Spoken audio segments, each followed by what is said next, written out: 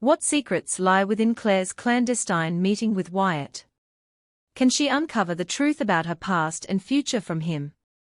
Why did Wyatt betray, and why is he now seeking her trust?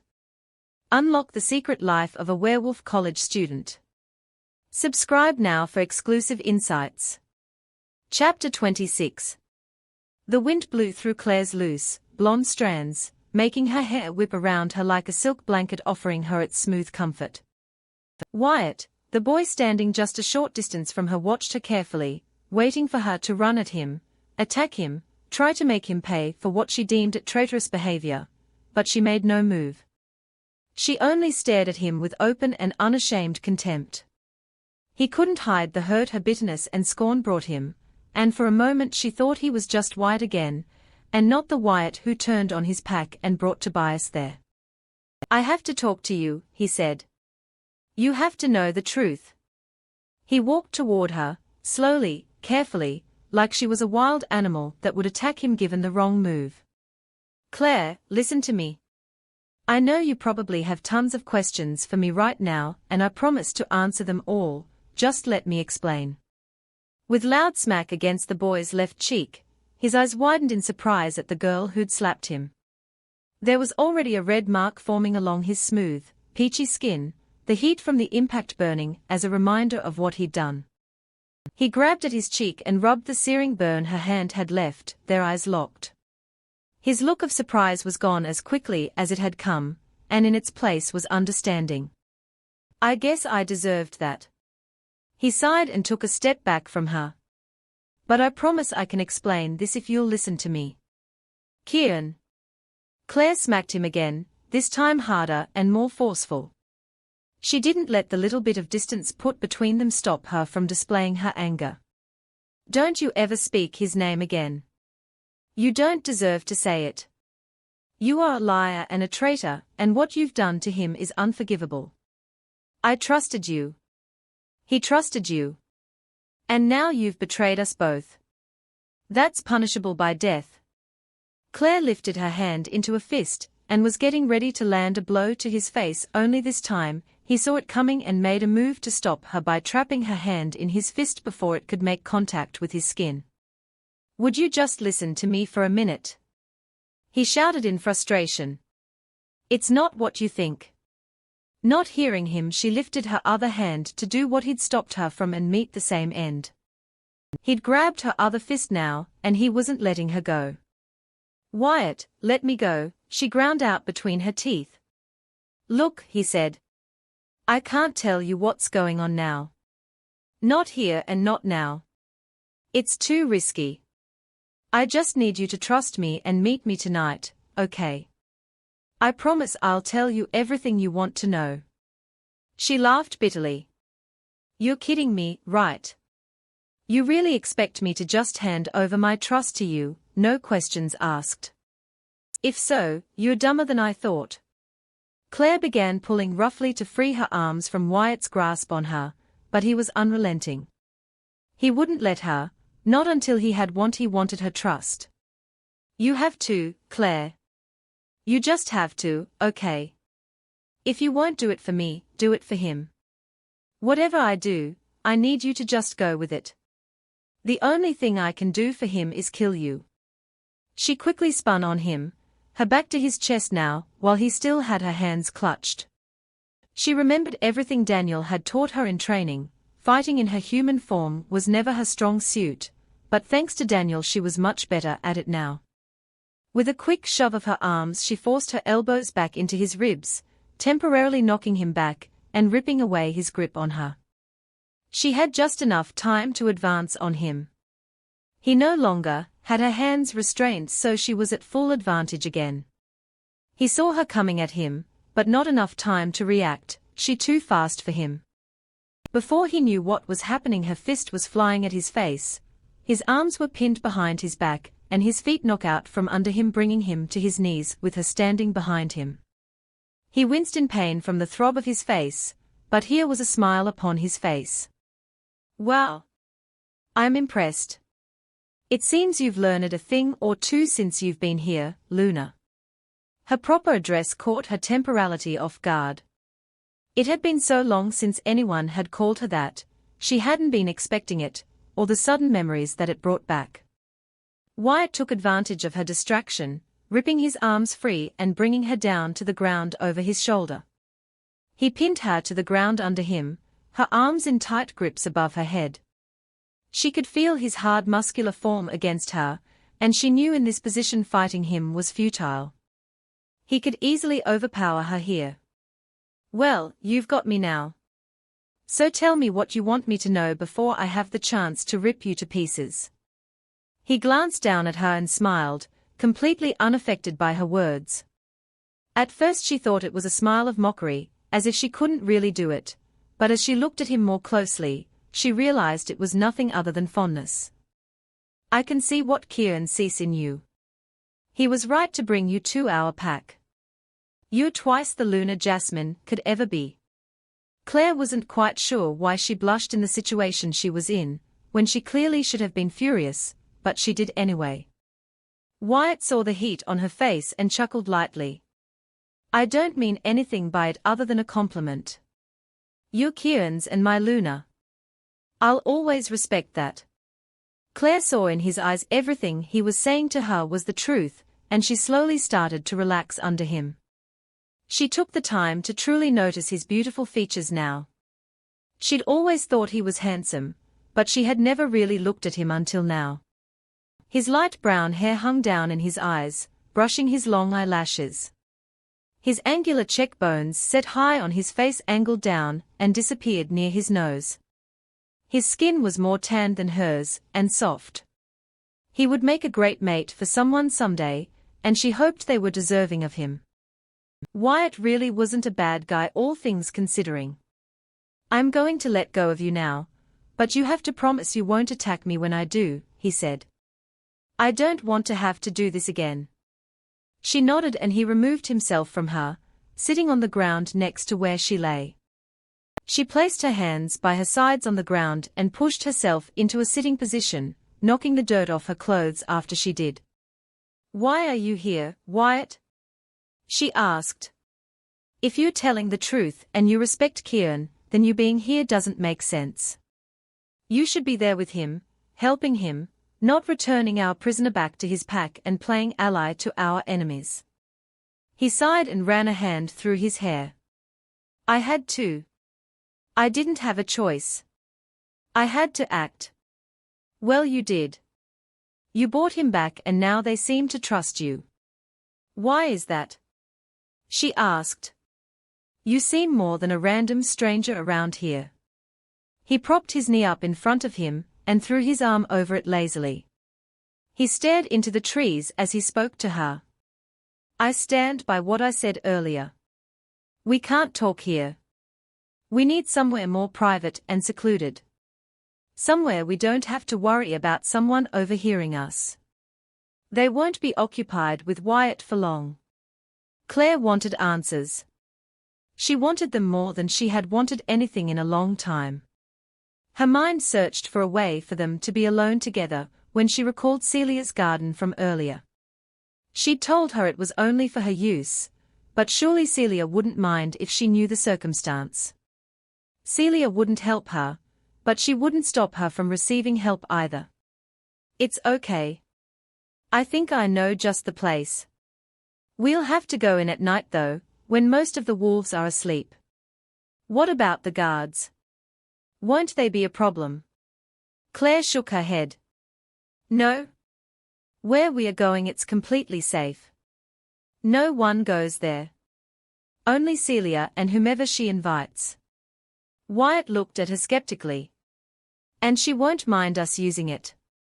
Claire shook her head. "No. I don't think she will." He was silent for a minute. All she could hear was their breathing patterns and the wind in her ears. Then finally he nodded and dropped his leg back to the ground. "Okay. We'll meet there tonight, or in the morning depending on your perspective. 1 a.m. okay with you?" She didn't even have to think about it. Of course it was okay with her. If he had any information that would be of some value, it was worth the risk they were taking. 1 it is. Let me giving you directions. At midday, Daniel found Claire sitting against the big oak tree, on the training grounds, staring at the kids fighting against each other. All of them were in their wolf forms except the little girl, Emma, that still hadn't assimilated yet. Daniel noticed her gaze on the girl and sighed, taking the spot on the ground beside his mate. "She's a lot like you, don't you think?" he asked. "She's reluctant, just like you were when you first came to us." "I didn't come to anyone. I was taken," Claire stated. She was able to keep the resentment out of her voice as she said it. It hadn't been without some practice though. "But you are here nonetheless," he said. "You are one of us now and you are going to help her."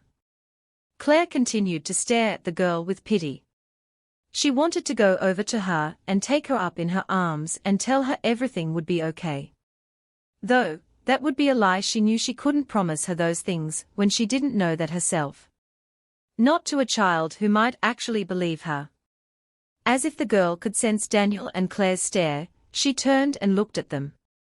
Her eyes meeting Claire's last. They only lingered on her for a brief moment, and then she quickly looked away. "I want to meet her," Claire said. "I want to know her." Daniel reached out and placed his hand over hers, that rested on the root of the old tree. "And you will. She's ours, just like I promised.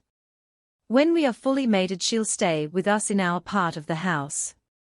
Claire had to fight down the nausea rising up in her like it did every time he mentioned their mating, and kept focusing on the girl. "Are you feeling better now?" he asked her. "I've been thinking about you all day."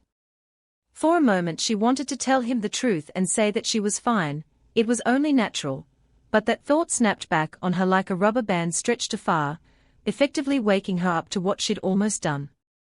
"I'm still a little ill. I'm sure it will pass with a little time." "Maybe," he said, gripping her hand. "But it still wouldn't hurt to see the pack doctor. We could go see Gabe and make sure everything is all right. He may be able to recommend some herbs to you for your stomach."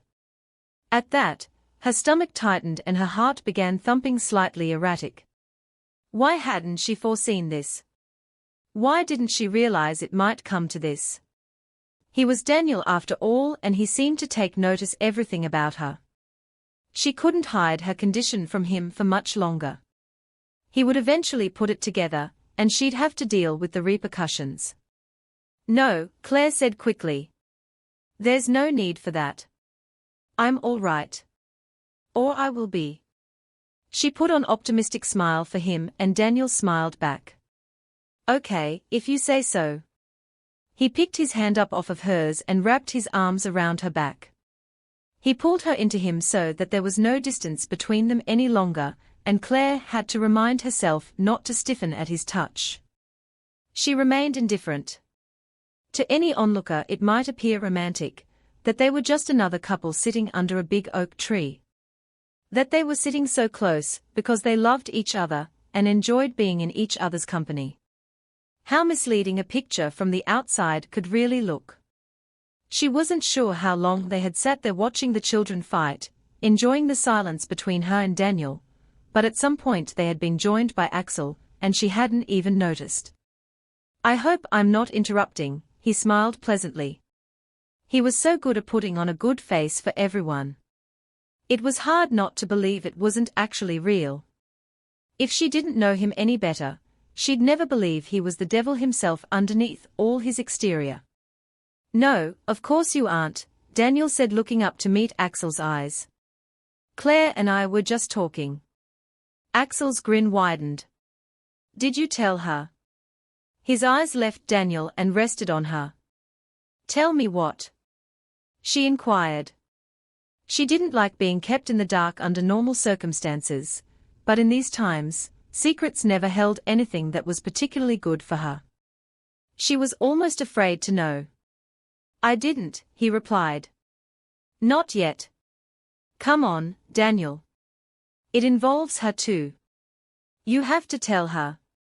There was a teasing to Axel's tone that seemed too forced to pass off as real. He didn't remove his eyes from her. Claire could feel herself burning under his stare. It was unnerving. "Tell me what?"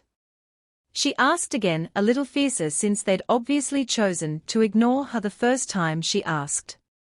"We've talked about and we've decided to make you a complete member of this pack. You've proven yourself to us in your training and through cooperation that you're worthy of being a part of the underground pack," Daniel answered. His voice waved somewhere between happiness and nervousness. "It's a great honor to be had.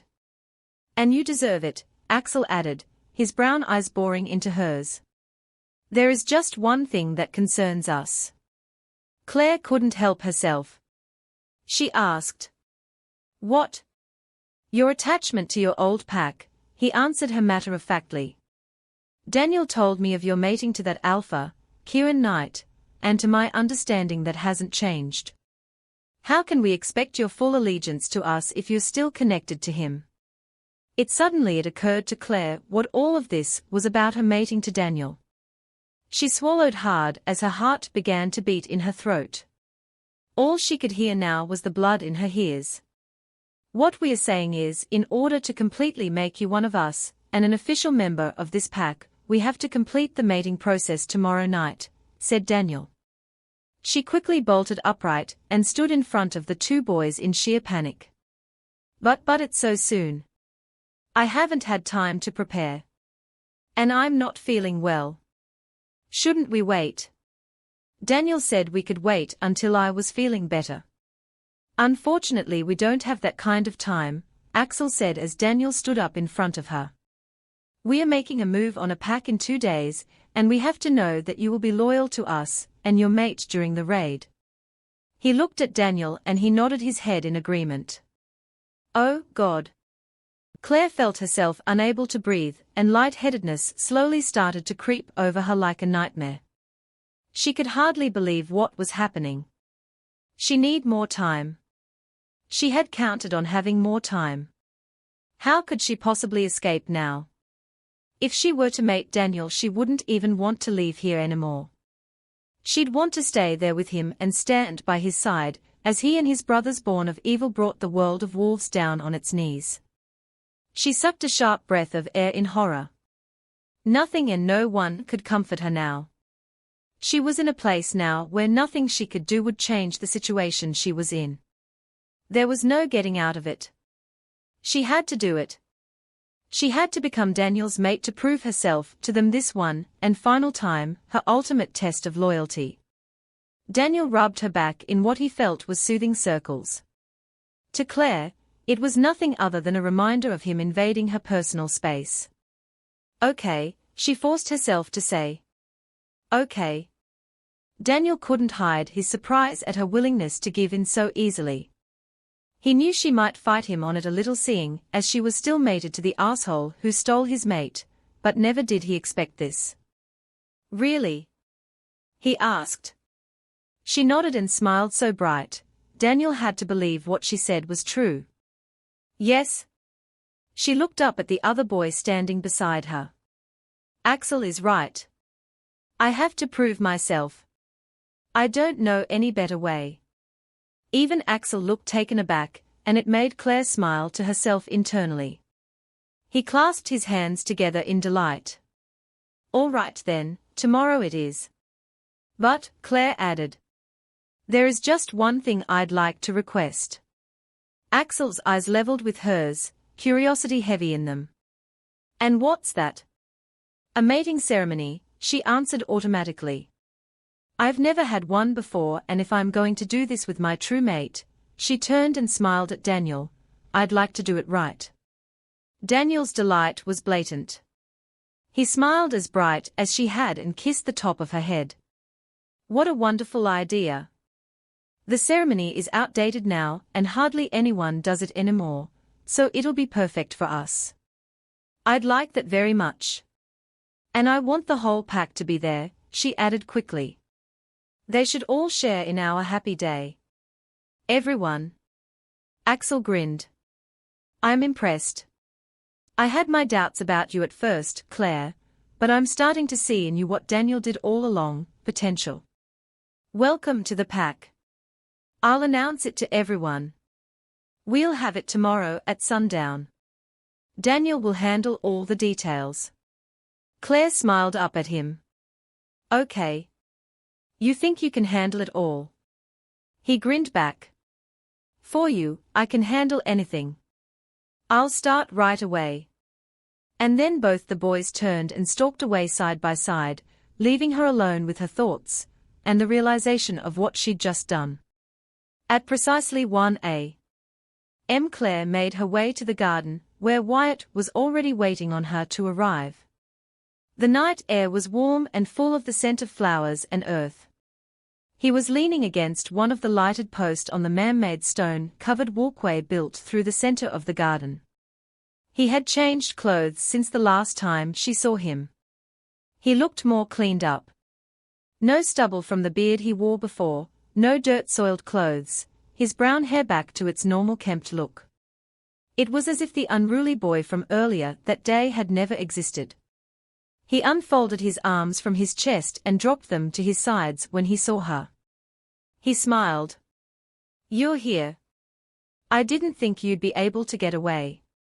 She picked a honeysuckle from the winding vine up one of the lamp posts, the glow emitting from the light giving the flower an outline of bright color. I said I'd come and I did. The truth was, it hadn't been easy getting away from Daniel. She almost believed she wouldn't get to meet Wyatt at all tonight, and tell him of her plans for the mating ceremony. He'd wanted to stay up most of the night talking details, and talking about their life together, after everything was done. She got the feeling that he didn't want to close his eyes, afraid she'd evaporate if he did. If only that were possible, she thought sadly. Claire brought the flower to her nose, smelled it and let it drop to the ground. Did you have any trouble getting here? She asked the boy as she neared him. He shook his head. Not much. He looked around the garden, taking in all of its beauty before his eyes rested back on her. This is quite a place. I've been given a tour of the underground pack before, but it never included here. Axel built it for Celia for their first anniversary. It's for her use only. He didn't want anyone but them to find it. Wyatt's hand rested over his heart dramatically. Or? If he wasn't so morbid, that might be sweet. Claire gave a soft laugh and glanced up at the moon above their heads. Yeah. A peaceful quiet settled itself between them, as they both now took in the stars and the sky. From the nearby pond frogs croaked, crickets sang, and trees raged in the warm breeze. Claire took in a deep breath, letting it wash through her, and exhaled. She remembered visiting the pound at her old pack, back when she still lived at home with her parents. She used to just sit and listen to nature all around her, and let herself get lost in it. It always helped calm her nerves when she felt over-anxious about meeting her mate, or just wanted a break from her life. She laughed to herself. It was funny. Now that she had actually met her true mate and knew him well enough, she wanted nothing more than to get herself as far away from him as possible. You know, I don't ever remember a time since being here that I've felt this peaceful. It's nice, she admitted. Wyatt spoke. I don't suppose there's been much chance for peace. No? There hasn't been. Claire was momentarily distracted by the rustling of something coming from Wyatt and turned to look at him. He was digging a folded piece of paper out of his pocket, and on the top of it, in elegant script, was her name. What's that? She asked him immediately. He freed the paper from his pocket and handed it to her. A note for you, he said softly. She looked at it curiously, but didn't take it. She still wasn't sure how much she could trust him. Though, there must have been some left for him deep within her, or else she would have never risked coming there tonight to meet him. It's from Kieran, he added. She didn't even need a second to decide what to do next. She quickly reached out and took the note from his hand and flipped open the paper. She saw her name at the top of the slightly worn note and exhaled in a mix of surprise and relief. It was from him. It really was. Claire, I've sent this note with Wyatt in hopes of it reaching you. He says he has ties to the underground pack that could help him lead you to freedom, and I believe him. I do not know what happened to you the day you disappeared, but I do know who was responsible for it, and I promise to make them pay for what they've done. I won't ask how you're doing because I already know the answer to that question, and it isn't as if your response will reach me soon enough. There is no doubt in my mind you are as well and as strong as the day you left me. You always were. But if you ever find yourself doubting me or yourself, just remember that the love between mates never gives up. We haven't given up hope of reaching you. Jennifer has given us some insight to the location of the underground pack, and now that we have gathered enough wolves to fight, we are coming for you, and I will not stop unless I am no longer breathing. Have faith in that. Please understand that I don't write the letter lightly. We are at war now, a war that cannot be stopped until the enemy is dead. In this war, like all wars, there will be injured and casualties. I only ask that do whatever you have to make sure you are not among them. I couldn't live if you were. You are half of my soul. Keep safe until I find you again, and I will find you. Your mate and Alpha, Kieran. Knight. Claire gasped and clutched the letter to her chest. It had been so long since she had heard his voice in her head that it nearly shattered her. Her legs felt like jelly and her chest ached with the gap missing him left. She hadn't allowed herself to think about Kieran very much, afraid of what it might do to her if she let her thoughts linger there too long. She knew she would fall apart. But now she couldn't help it. She had to think of him. His letter. His words. His hands had touched the very same paper as hers did. She briefly wondered if she might catch a scent of him on it if she tried hard enough to find it. Claire, Wyatt said softly. He brought her out of her stupor. She looked at him. She hadn't realized there were tears in her eyes until he reached out and touched them with back of his hand. He briefly wiped them away only for them to be replaced by more cascading down her cheeks. Talk, she said. You told me you would. I want answers. She wiped the tears away viciously with the letter gripped tight in her hand. He sighed and dropped his head. Of course you do. What happened? How did you end up here? I'll tell you. But first you have to agree to hear me out before you do anything rash. Like hit me again. She smiled a bit at the thought and nodded. Okay. He slumped to the ground, keeping his back against the lighted post and stretched out his legs before him. Axel came to me about 4 months ago. Back when Kieran was. He looked at Claire. Well, you know. She nodded. I was in charge of my pack, acting as the best alpha I could, given what was going on and all. I followed Kieran's lead for the most part, doing everything I thought he'd do and doing everything he'd want. That was until Axel showed up. He was looking for people to join him. He'd heard about Kieran's leave and he'd made a big speech about not following leader and everyone being equals. That was his persuasion speech, of course. That's the speech he gives everyone to get them to come to his side. I was no different than them. Though, I knew the real reason why he was building his army. Not to overcome oppression, but to seek revenge. He isn't done with Perilous Pack, and once they are annihilated, New Dawn is next. But what happened to the son should not be punished for the sins of the father. It was Kieran's dad who made the mistake to stand by an out-of-control pack, not his. And besides, hasn't Underground Pack done enough damage to Perilous Pack? Claire, not everyone believes the way we do. You of all people should understand that. When she didn't speak, he went on.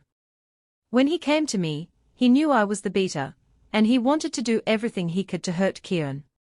If I sided with him, it would kill Kieran, and that's exactly what he wanted, pain for him. Kieran had lost his parents, but not nearly as much as Axel had. He really thought you'd join him after he killed Kieran's parents. He smiled. Probably not, which is why I'm sure he was surprised when I did. And why did you do it? Join them, I mean, Claire asked. I thought it was better to be on the inside of everything that was going on than the outside. That way you don't get caught by surprise on their next course of action. Claire stared at him in disbelief. So you're telling me it was all for the pack? You did this for them? I can't believe Axel trusted you. He didn't. Until now, that is. I returned to him what was his, and that, more than anything, is a pledge of my loyalty to him. I passed the test. So what was your plan when you got here? She asked him. Were you gonna just take me without them even knowing? They may trust you now, but that doesn't mean they trust me. At least not yet. He raised his brow. And how do you plan to change that? I have a plan. He laughed and ran a hand through his hair. Well, things on my end are looking pretty bleak, so please share. Do you have any plans tomorrow? I need you to give me away. He looked puzzled. Give you away? During my mating ceremony tomorrow, she explained. It's the only way we'll be able to see each other before it happens. Wyatt looked at her like she was someone he barely even knew and stood up abruptly. Claire, no. I was sent here to retrieve you, not give you away. She held up a hand to his protest. Relax. I'm not going through with it. We are going to escape while it's in procession. The protection of the pack will be at its lowest during the ceremony. No one will be looking for us until it's time for us to make our appearance. By then we'll be far enough away that we'll stand a chance. It's madness, he said. But it wasn't with protest, only admiration. It's a hell of a lot better than what I've got. Let's do it. Tomorrow I'll have Celia collect you and bring you to me. While everyone is distracted with start of the ceremony, we'll be on our way. There's just one more thing I forgot to mention. We are bringing someone along. A girl. A child. Now that it's madness, he said. We can't take a child. We can't let anything slow us down. We'll send someone back for her. No? She goes too. I'm not bargaining on this. If she stays, they'll kill her. I won't live with that on my conscience. Not when I could have done something to save her. He looked at her and sighed. I guess I should have expected no less from you. All right, fine. We'll take her. But no one else, only us. And we are getting the hell out of here. Chapter 27. From the distance, I could hear the start of the ceremony or the practicing. I still had some time yet before everything began. The music played softly in the background, while people milled about talking and laughing, taking it all in. I looked up at the large concrete walls that surrounded the compound, my mind running rampant with ideas to get us out of here. I already knew we couldn't rightly just walk out the front of the compound unseen or unspotted. Mating ceremony or not, Axel wasn't stupid. He'd have some wolves still on guard. No one would suspect anything though until I didn't show up. By then, it would too late. I hoped. Next to me Wyatt shifted, his eyes trained on the high wall in front of us. I was quite in awe of it myself. I'd never really gotten close enough to them to know the walls even existed. I'd never been able to roam around on my own long enough. Besides the fact the walls were designed to keep us in, they had a certain amount of safety to them. It also kept things out. Besides Axel, there were far more things in these woods to be afraid of. The rabbits were just one of the things among others. I shivered at the thought and caused Wyatt to look at me. Have second thoughts? He wondered aloud. I shook my head. Not at all. Just thinking about everything that's out there. He nodded and turned his attention back toward the concrete and block mass. That's enough to give anyone second thoughts. Try not to think about it. I'll be with you. I won't let any harm come to you. Kieran would kill me if I did. It's my job to protect you. His words comforted me slightly, but I still couldn't shake the feeling that this escape would not be as easy as all that. There would be some complications along the way. How long do you think the journey will be?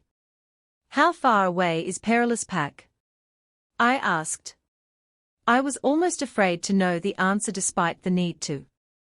Wyatt met my eyes with apprehension, as if he hadn't expected me to ask. I can handle it, Wyatt. Nothing is going to change my mind. Again he looked back at the wall. It's not a quick trip by my standards, and I'm used to spending days at a time in the woods. If we walk it'll be much slower, and Axel and his wolves may very well catch up to us. I knew he was referring to the Emma, the little girl that I insisted come with us. And maybe he meant me too. I couldn't be in my wolf form until I spaced myself away from Daniel, until he no longer could control my instinct. We can do it. It'll be hard, but we can, I said. I think I needed to hear myself say it more than Wyatt. You'll need to pack some supplies and food for the girl.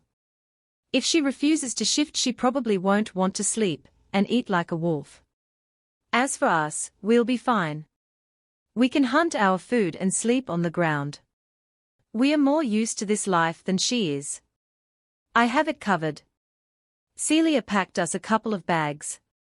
They should be easy enough for us to run with them on, even in our wolf forms. Wyatt let out a slow, steady breath and the silence lingered between us for a few minutes, then he faced me. None of this is going to be easy. We'll be running for days, possibly a couple of weeks if we don't shift. It's going to be rough on our bodies, and we'll be tired and irritated, and you might feel like giving up sometimes. I furrowed my eyebrows at him. I'm not gonna give. Even so, I just want you to know what you can expect. Axel didn't hide himself away from everything for no reason, and he's done it well. This whole place might as well be underground. It's too hidden. No one could find it unless they knew what they were looking for. The vegetation around this area is full and prospering. It's easy to get lost out there unless you've been taught the area. I tried to look over the wall to see something, anything, but it was just too high for that. I looked back at Wyatt. If I didn't know any better I'd think you were trying to talk me out of leaving. I don't want to sugarcoat it, he explained. Not for you. You need to know exactly what you're getting yourself into. I know, and I get it. But to me, it's worth whatever waits for us. I can't spend my life here like these wolves. I won't blindly follow Axel, and I won't mate Daniel. I want to get back to Kieran, and I won't stop trying to do that, even if it kills me. His expression was grim. All right. Hopefully it won't come to that, but as long as you're prepared. I'll protect you for as long as I can or I'll die trying. You have my word. I mimicked his expression. Hopefully it won't come to that for you either. He nodded and so did I. We didn't spend any more time at the wall. After a brief discussion of our meeting place and how we might climb over the wall, we went our separate ways until it was time for him to come for me. The bedroom was quiet, a peaceful quiet. It gave me time to think about everything. My mind went over all the different scenarios. All the different ways this could go wrong or right. What might be waiting for us out in the wild? I hadn't spent as much time in the woods as other wolves. I'd only started exploring the deep outdoors of the Perilous Pack when I was taken. I missed it there. Every time I thought about my days there I was overwhelmed with the weight of grief. I wanted to be there again. I wanted to be with Kieran. I wanted things back to normal, if that's what they even were. A soft knock was laid on the door then and Celia popped her head inside the room. It's almost time. Everything is in place. We are just waiting for everyone to be seated. The excess guards are being pulled away from the walls now. I nodded. Okay. I picked up the 3 bags that lay on the bed and hoisted them over my shoulder. Celia tried to keep them as light as possible, but that was no easy task. There were blankets and food and even flashlights and lanterns for when we were traveling in our human forms. She even packed some vitamins for me to take along the way. She'd thought of almost everything. Even the canteens packed in the very bottom of the bags. I brought Emma from her dwelling. I briefly explained to her what was happening, but you may need to fill in the blanks. Celia peered outside the door, into the hall then back at me. I thought you might want to get better acquainted with her before you leave. Yeah, I said, delighted. That's a good idea. I need to get her to trust me. Celia glanced back into the hall then stepped aside leaving a small space for the girl to get by her. No one was there at first then very slowly the child started to come into view. She rounded the doorway nervously. I could sense and see the worry in her. She was scared. I knelt to the floor on my knees hoping to match her height, so she might feel less intimidated by me. Emma. I smiled at her. Her blonde hair hung in 2 long braids by her ears. It reached well past her shoulders. She shook slightly as she approached me. Celia sent a pitted glace at the girl then turned and disappeared from the door, closing it behind her. Are you Claire? She asked in a barely audible voice. I nodded. Yes. She looked at the floor and moved her foot along the carpet timidly.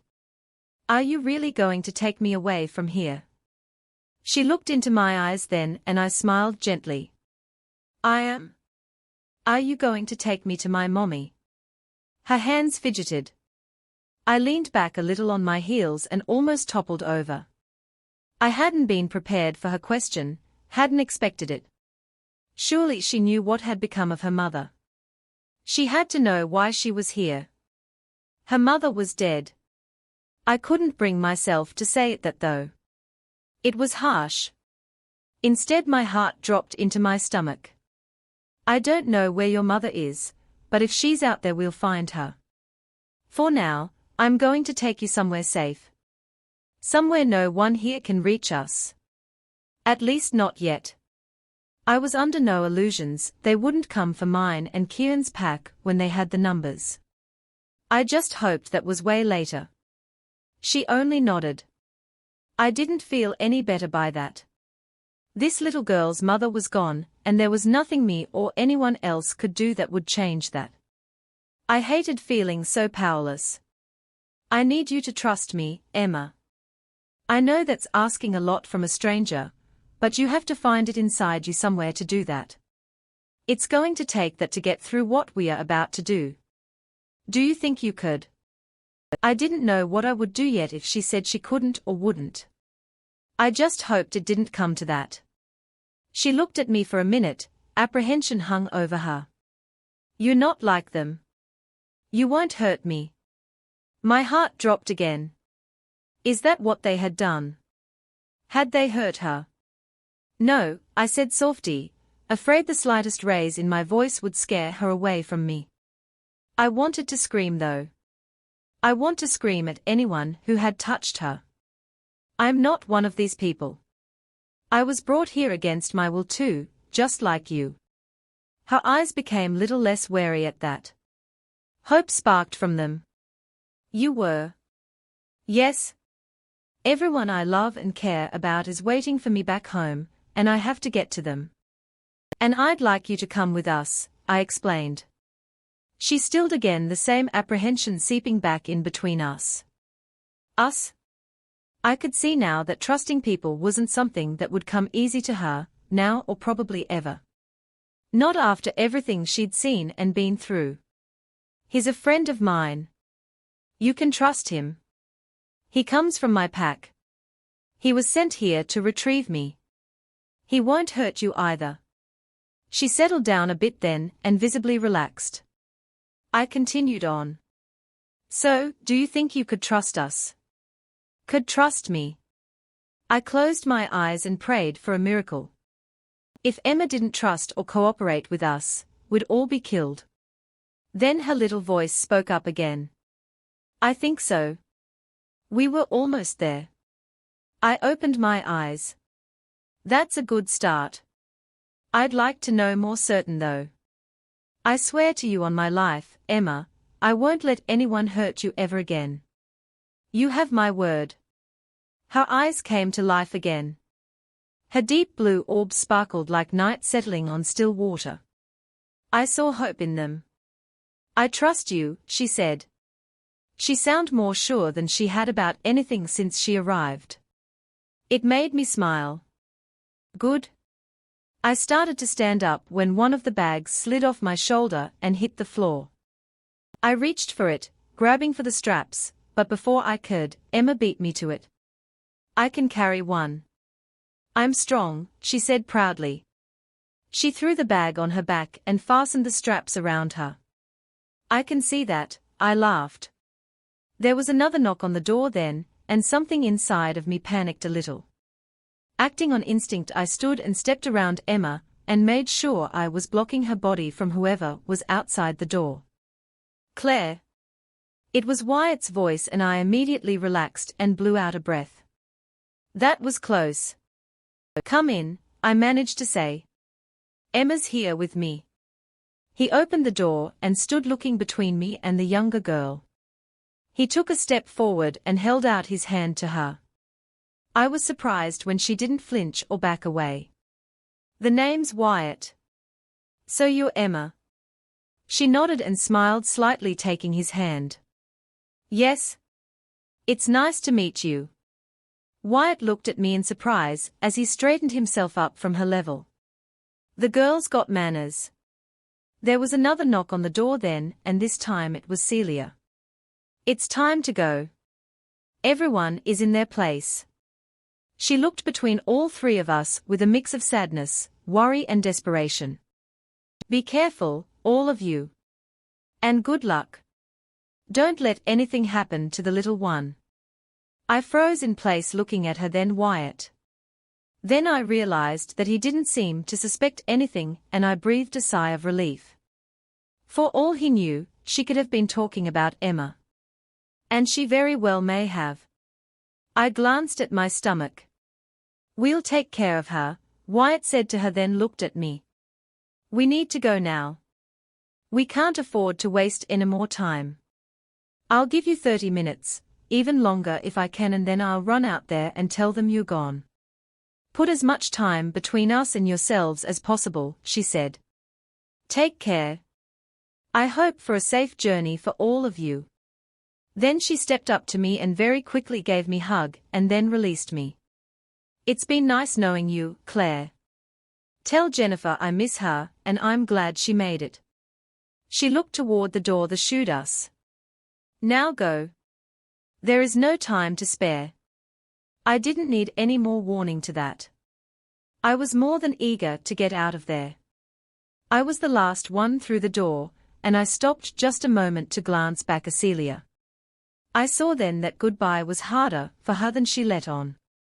Tears were pooled in her eyes. Take care of yourself, Celia. Thank you for your help. None of this would be possible without you. She laughed a little through stray tears. I don't know what you're talking about. I'm still ratting you guys out. Because you have to, I wanted to say. But I didn't. She already knew. With one last smile I said goodbye to her, and rushed out the door after Wyatt and Emma. I couldn't get out of here fast enough. I just hated what I was leaving behind in the process. I checked and there is no guard stationed here.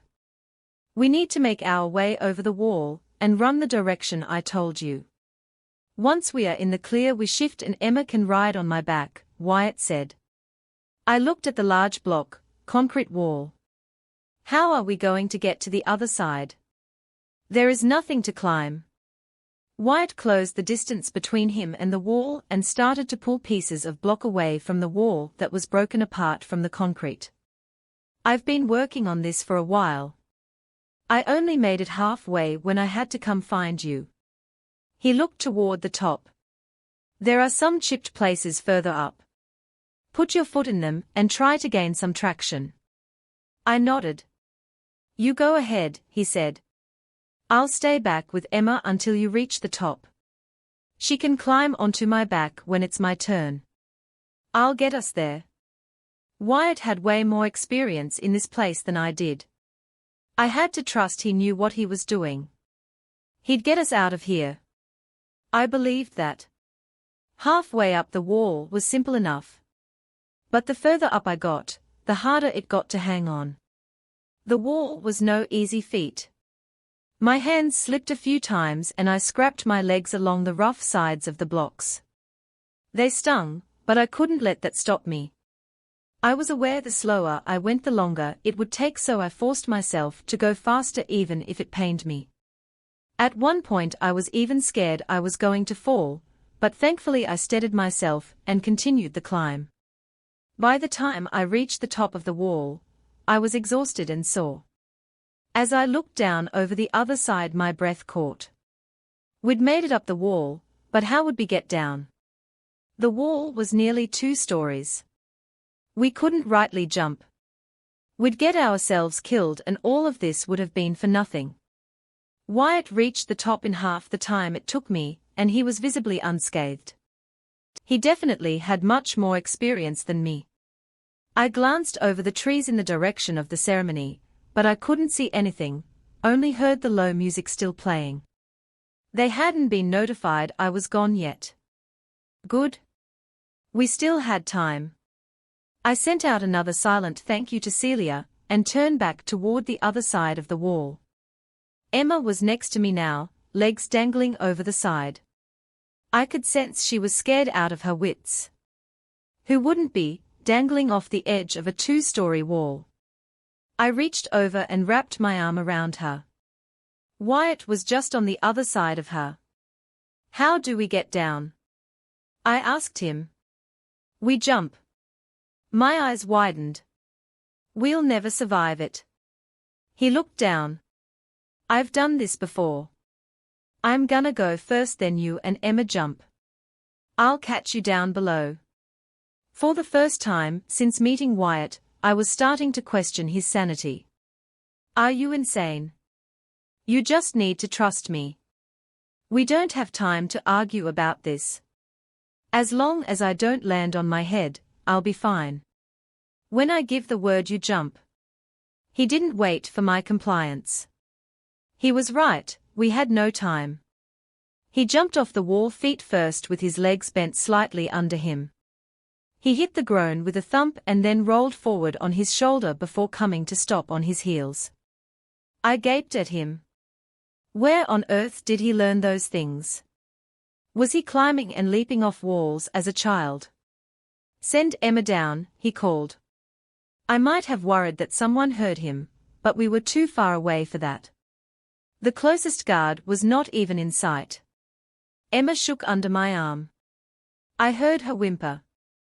It made me feel guilty. I told her I would keep her safe, and to send her off the wall felt like the complete opposite of that. I had no idea what she thought of me now. Emma, I said gently. Wyatt is just at the bottom. If you look, you can see him. He'll catch you when you jump. She whimpered again and snuggled deeper to my side. I don't think I can do it. You can. I believe in you. I know it seems scary, but trust Wyatt. He'll catch you. I looked down at him with his arms outstretched ready for her. She shook her head, panicked. No. I can't. This was not good. We were gonna get caught before we even made it to the other side. I called down to Wyatt, trying not to let my panic show. She won't go. We'll have to jump together. Can you catch us both? He paused for a beat and then said, I can do it. But you need to jump now. I took in a deep breath and shook away my fear of falling. I understood Wyatt's sense of urgency and had to push all of that aside. Emma was depending on me now. I had to save her. The wall was thick, at least a couple of feet in width, so standing up was not a problem. However, holding Emma falling off the side back first, that was going to be the issue. I have to do it though. I was glad when Emma let me pick her up and hold her in my arms. She seemed to relax there. "I've got you," I whispered in her ear. "Don't be afraid now. Just close your eyes, all right?" She nodded and did exactly as I said. I waddled closer to the edge then. It would make falling much easier now since Emma wasn't staring at me with those big blue eyes in worry. I breathed in deep. I wanted more than anything to mentally prepare myself for what I was about to do, but I didn't have that luxury. I had to act now and think later and hope everything would turn out okay. What other choice did I have in the matter? Sometimes you just had to take risks. "Go?"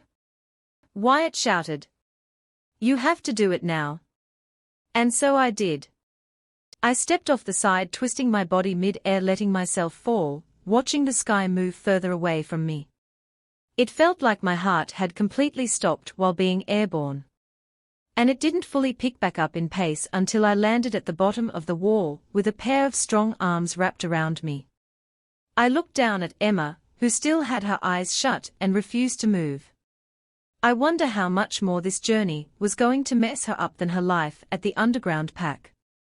Guilt swept over me. And so did nausea. I had to fight the urge not to puke and hope my baby was okay. When Wyatt finally sat me down on the ground again, I was breathing better and steadier. Emma then opened her eyes, but very slowly. "We made it," I told her, sitting her down. "You're okay?" She wobbled a little on her feet at first, then, when I was sure she would be fine, I released her, and saw that she had her balance. "Trust me now," Wyatt said. There was a hit of a smile tugging at his lips when he said it. I had to fight back a smile of my own. "I wouldn't have done that if I didn't already trust you." "Come on," he said, reaching down to hoist Emma on his back again. "We have to get going. They'll be on us in no time." I followed after Wyatt, running into the thick, dark woods. With the trees crowded over us, the sun was no longer visible, making it seem more like late afternoon than midday. All three of us ran for what seemed like miles. I couldn't really be sure. We were fighting tree branches along the way, and I could barely see 3 feet in front of me. If it weren't for Wyatt, I'd have gotten lost a long time ago. Emma clung tightly onto his back, never releasing him once. I was still ignoring the burning on my legs from my scrapes when we finally reached a river.